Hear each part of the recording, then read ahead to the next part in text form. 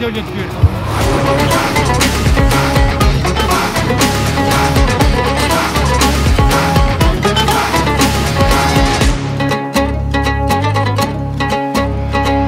Аттамайтын аталардың сөзінен, қарап қалса от шашатын көзінен.